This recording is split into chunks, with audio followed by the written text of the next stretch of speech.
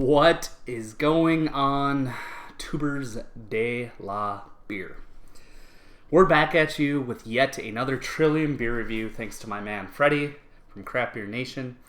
And today we're looking at double dry hopped Fort Point Pale Ale. I recently reviewed the single dry hopped version of this beer. It's a Citra Columbus beer. This one, dude, I can't even tell when it was bottled. It's like all jacked up above the UPC there. It's a 6.6% alcohol by volume pale ale, aka IPA, double dry hopped with Citra and Columbus. You know what? To be honest, I thought this beer was pretty damn good. And we're getting her poured out here. I had the Galaxy version of this beer, and I was like, didn't love it as much. I had the Mosaic version of this beer, and it was frickin' titties. I hope to be able to try the Enigma dry hopped version, but someday, right? All good things come to those who wait. Anyways, so this beer pours out a crazy juice haze for days, as you would expect. Really light in color, actually. And I had to look up the malt bill because Trillium's awesome, and they put everything on their website. 2-row, white wheat, C15, and Dextrine. Pretty much what makes up like 90% of their beers. Citra and Columbus. I can already smell it from here, so let's dive in a little closer. Sort of off my element here tonight. I apologize. I worked like 14 hours today, and a beer is much deserved, so wow. I probably wouldn't have guessed Columbus.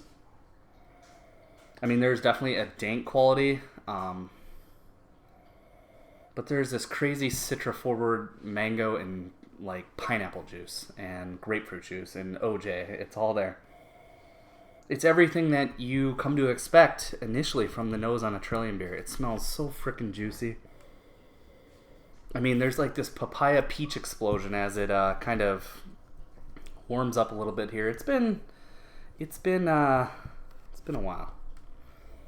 One thing I have to point out, guys, because I think it's kind of disgusting.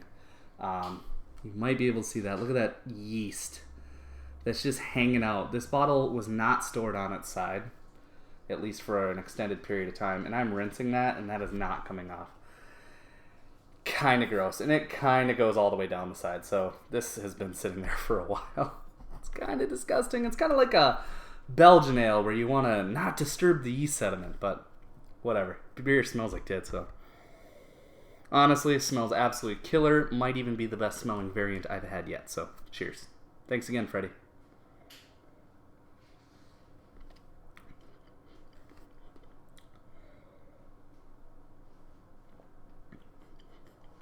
There's something so prominent and detectable about Columbus hops in the flavor.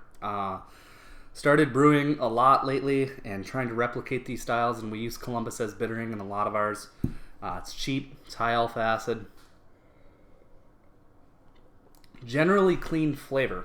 But in this, I'll tell you what, I can totally discern this like dank, grassy, herbal, herbaceous note. And I am pouring this pretty full here because I like domes and brews.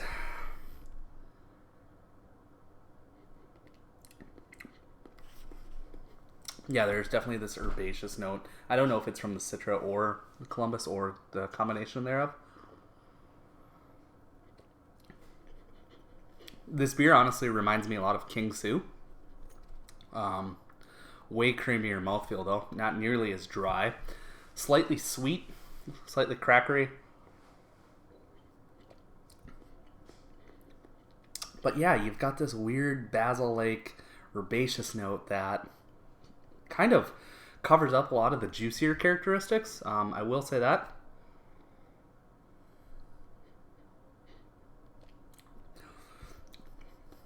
I mean, they're there. It's definitely everything that I'm getting in the nose. The pineapple, the peach, the mango, the papaya, the passion fruit even. It's all there. It's just a little bit muted under the bitterness. It's almost like this beer was made to showcase Columbus with a smattering of Citra, and it's a well done beer. That I will say.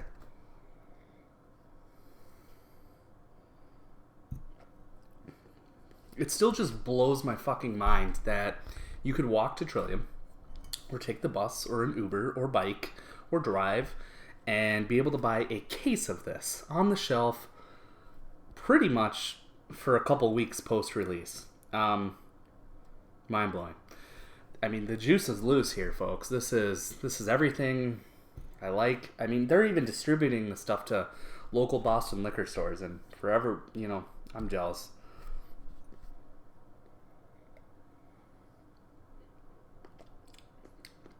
Yeah, really smooth bitterness, creamy mouthfeel, lots of really, really like fresh herbaceous hop matter combined with some of that fruit juice characteristics makes for just a frickin' killer version of this beer.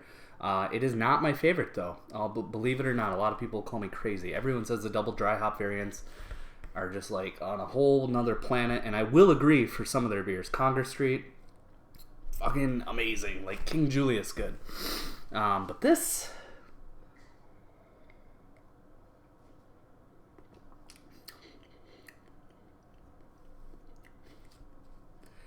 I mean, the thing is you're starting to nitpick at these beers. You're starting to notice subtleties in all these hops that you initially overlook because it's so juicy and so tropical fruit forward. I mean, this kills anything I can go buy on the shelf, aside from maybe Todd the Axeman, and that's $16 a quad. I just don't buy that all the time. It perplexes me how the Midwest has not started bottling or canning these juice bombs that are just selling like wildfire.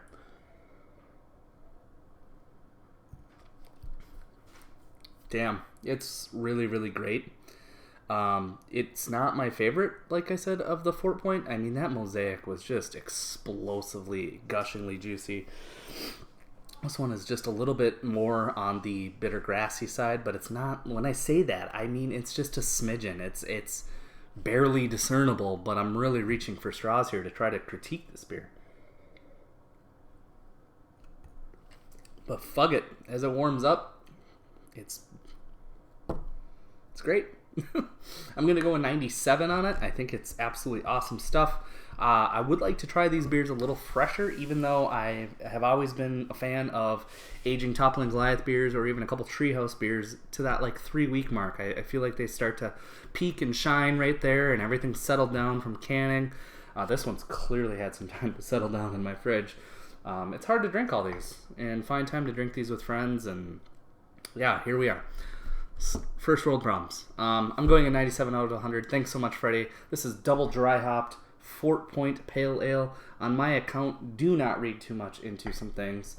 I've been having a few palate issues lately, admittedly. I don't know if I'm gassed or what's going on, but 97 on a gas palate's pretty fucking great.